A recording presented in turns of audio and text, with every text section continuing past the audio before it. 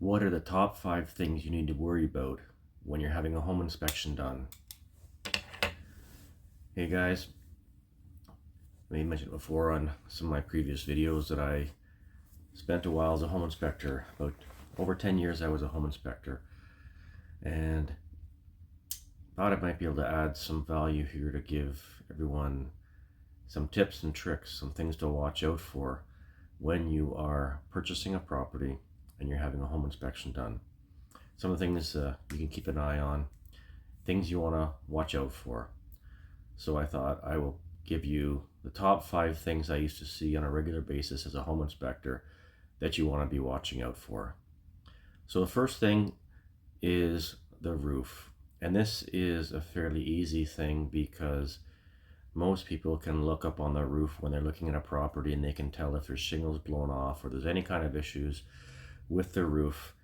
It's not all that difficult.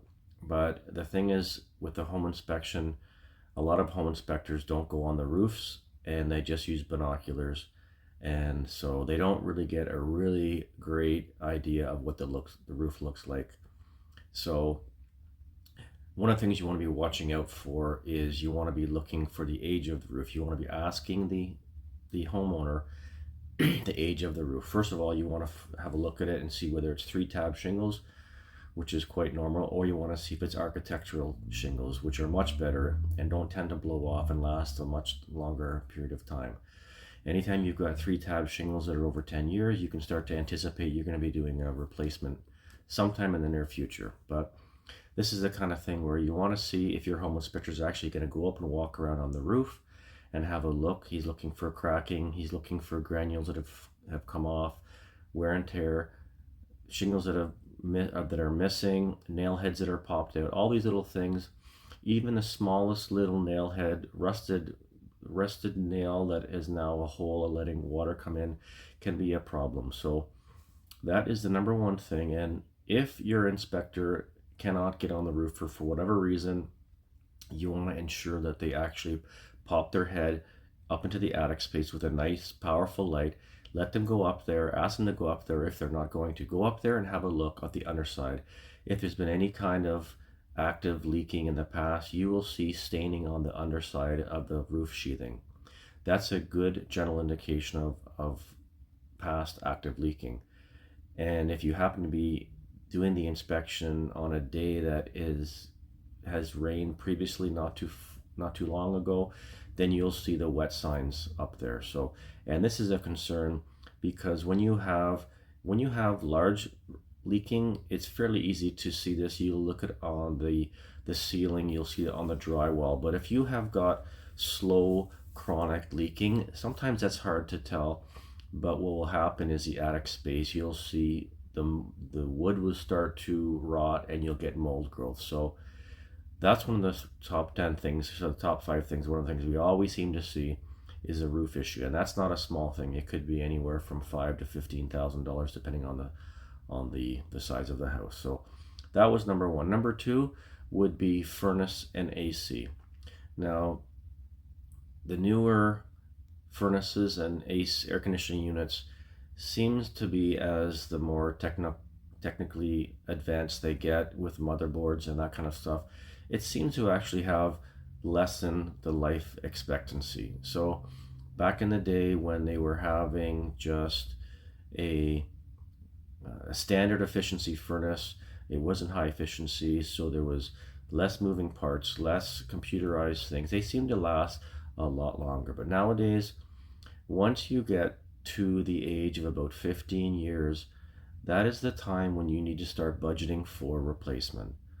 So I would just say, we're in Canada here in Ontario, and I'd be advising budgeting $5,000 give or take for each, whether it is the furnace or the air conditioning unit. And these are bigger ticket items, so when you are having the home inspection done, make sure that the inspector is having a good look at the furnace AC. They're looking at the model number or the serial number, and they're comparing that so they can find the date that the unit was installed, making sure that it's been serviced regularly and it's in good condition. There's no sign of leakage or damage or anything like that that would lead you to believe that even if it's less than those amount of years, that it's having any kind of problems or issues. So keep an eye out for that, because those are high ticket items that typically most inspectors will be very careful about that, and we're going to have a good look around, because we know that that is something that's going to cost the potential buyer significant money in the near future. And the next thing on top of that, it kind of relates to roofing, but it is foundation cracks. Now, basement leakage is one of the biggest problems so many basements would have, and one of the biggest things you'd find the contributing factors for them are, there's three factors. One would be gutters and downspouts that are gutters that are clogged and they're spilling over and they're soaking the dirt beside the house, and that's one. The second is that dirt is not graded away from the house properly. A lot of times we would see properties that over the years there's been some settlement, and rather than having positive flow away from the house, you actually got backflow, and the water is being pushed towards the house because of the grading's not been fixed. And the third one is related to gutters and downspouts, is that you need to have minimum 4 to 6 feet away the downspout extension on the bottom of your elbow at the bottom of the downspout. This encourages the water to get away. And then on top of that, so if you have a foundation crack, whether it is a poured concrete foundation, or even if you have the block has had some movement and there's some cracking in there, those are things that we would come across on a regular basis. Now, if you can make sure your gutters are cleaned and they're working properly, your downspouts are extended the right amount away, a distance away, and then you also have the grading is proper on the outside of the house. Those three issues there would make a huge difference if you got any kind of water penetration in the basement.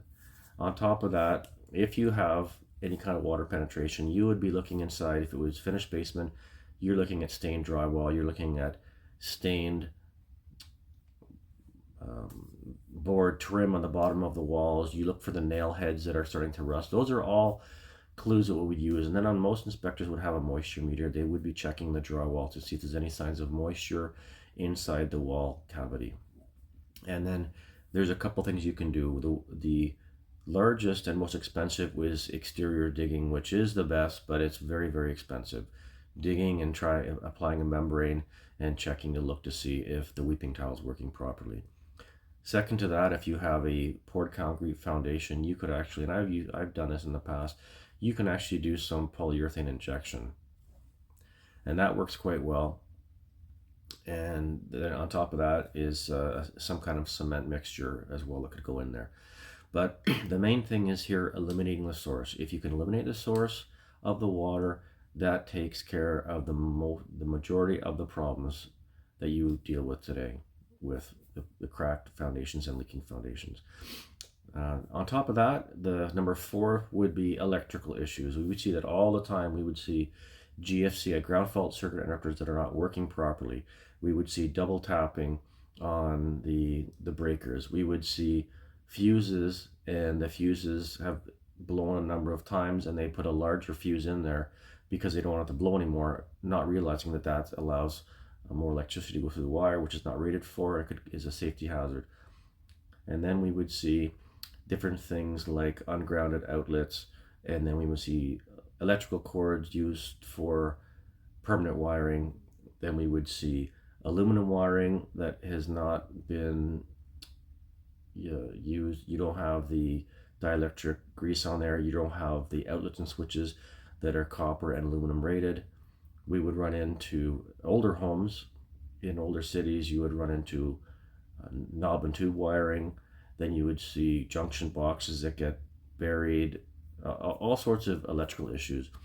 And these were quite common because, especially in basements where you'd have homeowners doing their own do-it-yourself kind of stuff. So always be wary of that and have a good look at that, and make sure your home inspector is peeking around and looking as much as he can.